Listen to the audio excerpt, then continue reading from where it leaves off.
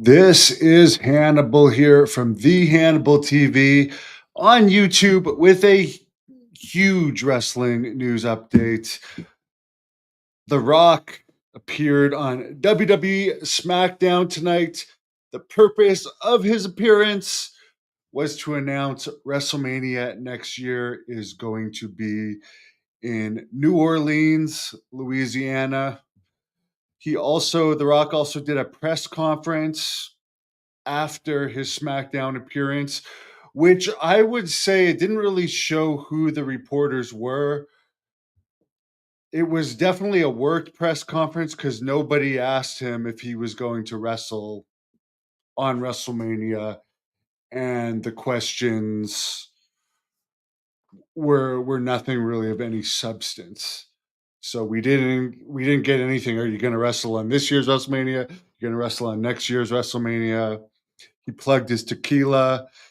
He did say that they wanted to make the announcement at the Super Bowl, but due to some reasons beyond their control, they couldn't. Of course, the Super Bowl was in New Orleans. He also talked quite a bit about Master P, former WCW wrestler Master P, who had the No Limit Soldiers in WCW. There was a lot of talk in this about rap for whatever reason. There wasn't much substance to that press conference. I'll be perfectly honest with you. He he told this story that he's already told before, and I do like The Rock, where he alleged that at one point in time when he was getting booed, he was going to quit to go into MMA. And I've heard Dave Meltzer say this before. It doesn't necessarily line up well with the timelines where when he was saying he was going to quit around the time of his match with the Sultan at WrestleMania 13. It was before there was big money in MMA at huge levels. So who knows? Maybe he just said it to plug his upcoming movie with Mark Kerr, The Smashing Machine. Mark Kerr, who I've interviewed a bunch of times. But overall, I mean, I watched his announcement. It's always nice to see The Rock in the ring. But I'd like to. It seems like in wrestling these days, it's always It's always just an announcement or a promo. There's nothing like. There's no angle. Like there's nothing really other than an announcement. So there we go. We got an announcement. Nice to see The Rock. I'll say that. But I mean, there's nothing about it that makes me want to see this year's WrestleMania or next year's WrestleMania, to be honest. Apparently, Goldberg, his retirement match is likely going to be at SummerSlam and not at WrestleMania. It's likely going to be against Gunther, who will probably drop the title to Jey Uso at WrestleMania. Not a lot of must see matches at WrestleMania so far this year. Everyone assumes the feature match is going to be Cody Rhodes against John Cena. As far as the new SmackDown co-head writer, Brian James, the Road Dogg, Jesse James, 55, is now the co-lead writer of SmackDown. He also had that exact same position as co-lead writer of SmackDown from 2016 to 2019. Apparently, the Shane McMahon meeting with Tony Khan over the summer in Arlington, Texas, according to Jonathan Coachman, was that Tony Khan wanted to get some share in AEW and run AEW, which apparently Tony Khan ghosted him after that. According to Dave Meltzer, I mean, Tony Khan is pretty much hands on with everything at AEW. He is the head booker and the final booker. Guys like QT Marshall, Dax Harwood, and Brian Danielson have input, and people like Mercedes Moné, John Moxley, and Jericho have a lot of say in what they do in their matches. But the thought that Tony Khan would hand over the reins of AEW to Shane McMahon, although Shane, it would, in my opinion, undoubtedly do a much better job It just is not going to happen. The whole point of AEW is it's Tony Khan's toy. It's his little toy that his dad, a multi-billionaire, got him. SmackDown Valentine's Day in Washington last week, 12,789 fans, very good crowd.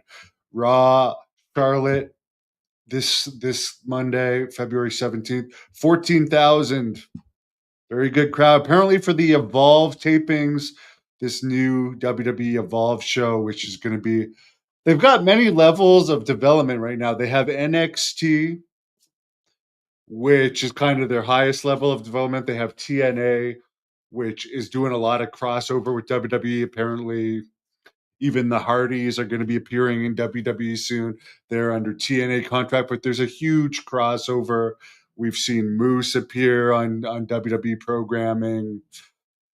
I mean, there's a very close working relationship there, and I think TNA's at one of its better points in this relationship. It looks like probably, if I was a betting man, WWE is eventually just going to absorb the whole company. But the whole NXT TNA thing, I think, has been very good. As far as AEW's relationship with CMLL, again, Collision is pretty much a show that has very little interest these days, but they're sending Takashita and Taya Valkyrie to CMLL. Again, these are two. I mean, these are two wrestlers that rarely wrestle on Collision, and apparently they're two of the more popular AEW wrestlers. At least Takashita is AEW. Taya Valkyrie used to be in WWE for a bit. I mean, she had a buzz, but it just seems to me they keep sending their people to other companies rather than focusing on their own stuff, which is fine. It's their choice, but it doesn't bring much interest to me. Like Mercedes Monet is doing more indies now, yet she's not on every AEW taping. They're bringing in CMLL star Mystico back to AEW next month. Again, and I got no, he's very over, this Mystico guy, with Mexican fans, but it's weird that AEW has so many wrestlers they hardly use, and it's like, oh, let's bring in an outside wrestler, and let's just keep paying these guys for doing nothing, that are already under contract. Here's an interesting point that Dave Meltzer brought up in his Wrestling Observer. By the way, Thunder Rosa apparently had an absolutely disastrous segment on Dynamite this week, which I've tried finding it on the internet. If anyone has the link to this Thunder Rosa Dynamite segment, put it in the comments and I'll do a review of it. Apparently, it was horrible. But Dave Meltzer brings up that there is apparently an issue, first of all, with WWE talent that loses all the time, like guys like Miro not wanting to do jobs in AEW for whatever reason. A lot of these wrestlers that didn't win a lot in WWE go to AEW and then they refuse to do jobs because I guess Tony Khan's more lenient about forcing people to do jobs, but then he'll just not use them rather than try and make them do jobs. Also, there's a lot of older wrestlers in AEW right now, like Lashley, MVP, Shelton Benjamin, Adam Copeland. And Meltzer brings up that these guys, although they're getting cheer, I mean, Christian's another one of them, they get a reaction in the arena. They haven't moved any numbers in a positive direction as far as ratings or attendance, yet they still keep hiring more of these guys for whatever reason. Apparently, they've lost a ton of their 18 to 34-year-old viewers. And I mean, as much as I like all those guys that were just mentioned, there's a good point. Keeping on hiring these guys that are in their late 40s and 50s, it's not going to bring back those younger viewers. Even Ricochet, Meltzer mentions, is 36. Josh Alexander, another person apparently they're just hired in AEW from TNA, he's 37. And Meltzer, and I like Josh Alexander as a person. I can't say I'm a fan of his wrestling. He's very plain and generic, but as a person, he's a nice guy. But Meltzer, who's a fan of his style of wrestling, brings up that Josh Alexander is 37 and they have a lot of guys of Josh Alexander's style. And Meltzer brings this up. He says, "Why bring in another older mid card guy? It's like he's not going to make any difference. It's just another person you have to pay." Yeah, Richard. I mean, I'm sick of these announcements.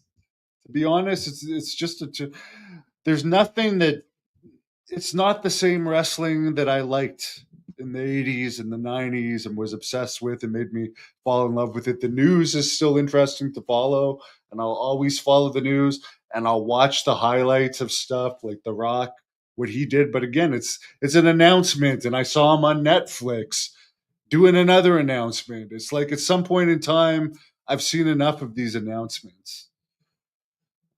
Meltzer puts people over too. I mean, I don't have the same taste as him.